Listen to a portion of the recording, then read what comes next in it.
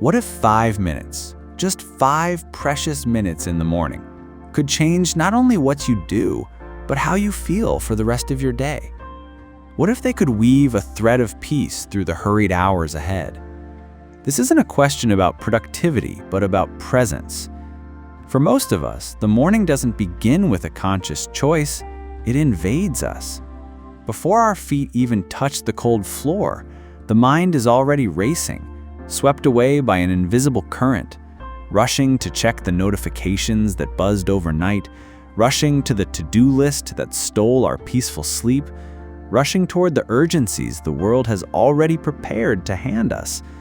We live submerged in a state of chronic hurry, a constant noise that keeps us from hearing ourselves, let alone God. Christian thinker Dallas Willard diagnosed this condition with a clarity that is both unsettling and freeing. The greatest enemy of spiritual life in our day is hurry. That's why today's conversation isn't about waking up even earlier to be more productive. It's not about another high-performance technique to squeeze every second out of your time, as if life were a competition against the clock. It's about the exact opposite. It's about the courage to create a sacred space, a small sanctuary of silence before the world begins demanding your voice, your energy, and your attention. It's about reclaiming the first moments of the day for your soul as an act of love and faith. In this video, we'll walk together through a morning habit of just 5 minutes that, when done with intention and a surrendered heart, has the power to realign your soul with your deepest purpose in a way far more powerful and lasting than any meditation or productivity technique could ever achieve. Because it's not about emptying the mind, but about filling the spirit. 1. Before you do anything, remember who you are.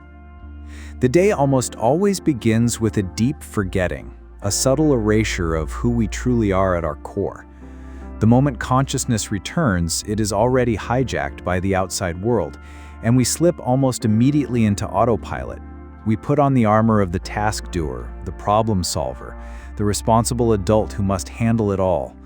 And our soul, our truest, most vulnerable self, is left behind, forgotten in the quiet of the night as we rush to step into the role the day demands of us. It's a forgetting that doesn't hurt in the moment, but leaves a trail of emptiness throughout the day. So the first step of these sacred 5 minutes is, in fact, an act of remembrance. It's an intentional pause, a quiet war against this spiritual amnesia. Before picking up your phone, before planning your first task, before even getting out of bed, simply remain still for a moment and close your eyes. In your heart, in the sanctuary of your inner being, calmly and firmly declare your true identity, not as a phrase to memorize, but as a truth to rediscover.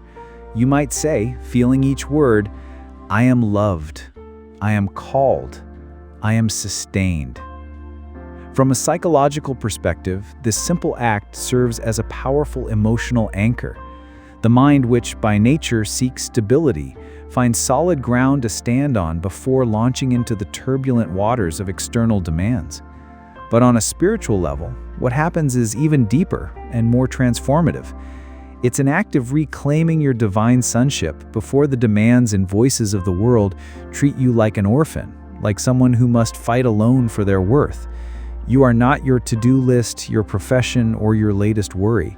You are loved, called, and sustained. And starting the day from this place of truth changes absolutely everything. 2. The practice of conscious breathing with gratitude.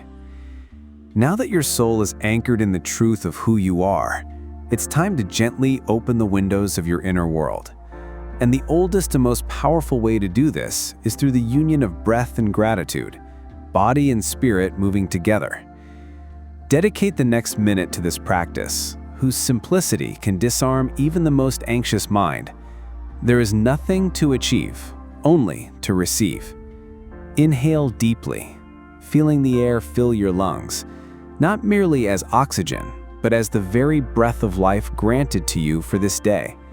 Hold it for a moment, and as you exhale slowly and completely, allow your mind to rest on one single thing for which you are genuinely grateful.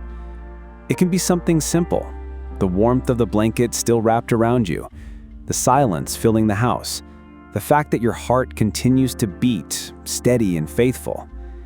It doesn't need to be grand or impressive. It only needs to be true for you in this exact moment. Inhale again, and as you exhale, find another small grace. Neuroscience tells us that this combination of deep breathing and deliberate focus on gratitude activates what we call the parasympathetic nervous system. It is, essentially, the body's natural handbrake against anxiety, a mechanism that regulates mood and soothes the reactive mind that lives in a state of constant alert. Yet, spiritually, gratitude performs an even deeper miracle. It quiets the troubled soul and creates a sacred space of inner stillness, a place where the gentle voice of God can finally be heard. It's like opening the window of a room that has been shut all night. The stale air of worry and fear leaves, and the fresh, living air of God's presence can finally enter. A grateful heart stops striving and learns to receive. 3. Repetition of a sacred phrase. With your soul anchored in your identity and your heart softened by gratitude, now we devote 1 or 2 minutes to deliberately centering the spirit. This step is fundamentally different from secular meditation, which seeks to empty the mind and silence thought. Here, our aim is not emptiness, but fullness. It is not a technique for absence, but a discipline for being fully present before God. This is an encounter, not a self-help exercise. Choose a short sacred phrase, a promise that resonates in your soul, or an invitation to listen, and repeat it silently. Let it be the only voice within you for this brief moment. It might be the unshakable trust of Psalm 23. The Lord is my shepherd, I shall not want. Feel the relief contained in this truth. Or perhaps the humble surrender of young Samuel. Speak, Lord, your servant is listening. Feel the openness that this phrase creates in your heart. Repeat it slowly, unhurriedly, allowing the words to travel from mind to spirit. Like a drop of water falling repeatedly on stone, this truth begins to shape your inner being, to soften the edges of anxiety, and to push away the distraction already calling you into the day ahead. The primary purpose of this practice is not merely to calm the mind, though that is one of its most beautiful fruits. Its deeper goal is to center the spirit.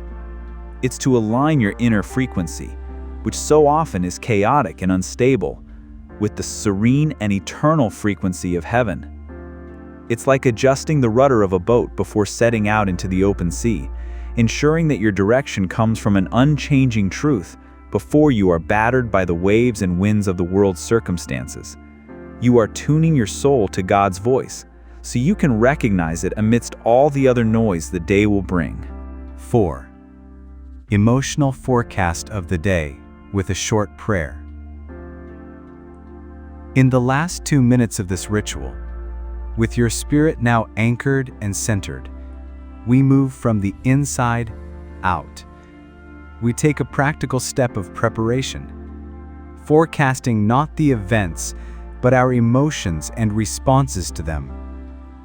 Gently visualize the day unfolding before you.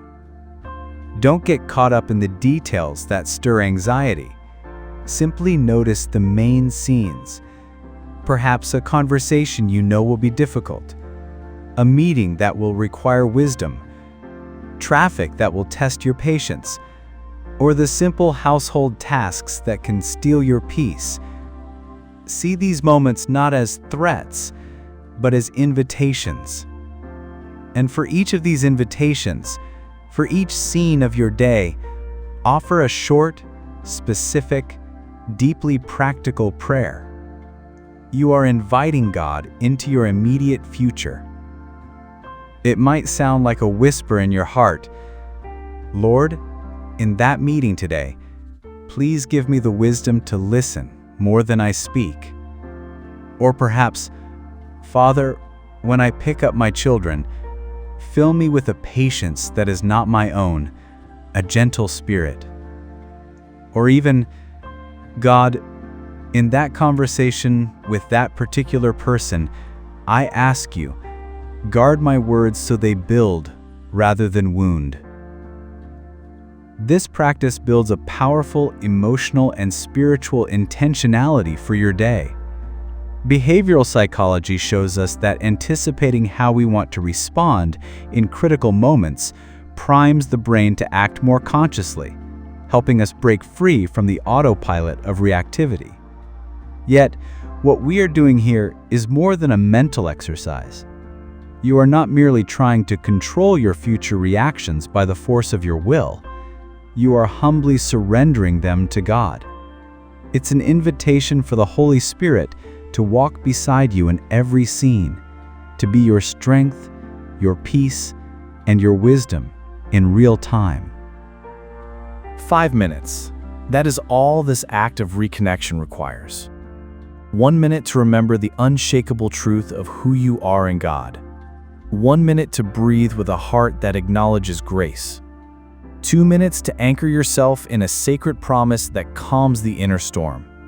And 1 final minute to humbly place your day and your responses into the hands of the one who can sustain all things. These 5 minutes, lived with intention, can be more powerful than hours spent consuming information, because their purpose is not to fill your mind. Their power lies in realigning your soul with that which is eternal. The great Christian writer and thinker C.S. Lewis, with his wisdom both profound and beautifully simple, often reminds us that true spiritual reality flourishes in humility and in the simplicity of small gestures. He teaches that the smallest things, when honestly placed into God's hands, become great in His care. You do not need a complete, exhausting overhaul of your routine to find the peace you seek. You do not need to carry the burden of yet another pressure to be a perfect Christian or a flawless person.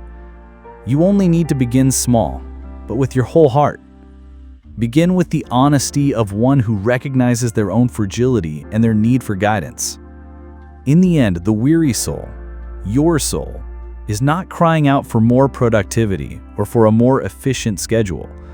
It is crying out for presence, your own presence, attentive and gentle, and the presence of God, constant and restoring. These 5 minutes, this small seed of silence and intention, planted in the fertile soil of the morning, may well be the true beginning, the start not of a perfect day, but of a lifetime of rediscovery, of yourself, and of the God who waits for you patiently in the silence. What would your soul hear if you finally gave it 5 minutes of silence this morning?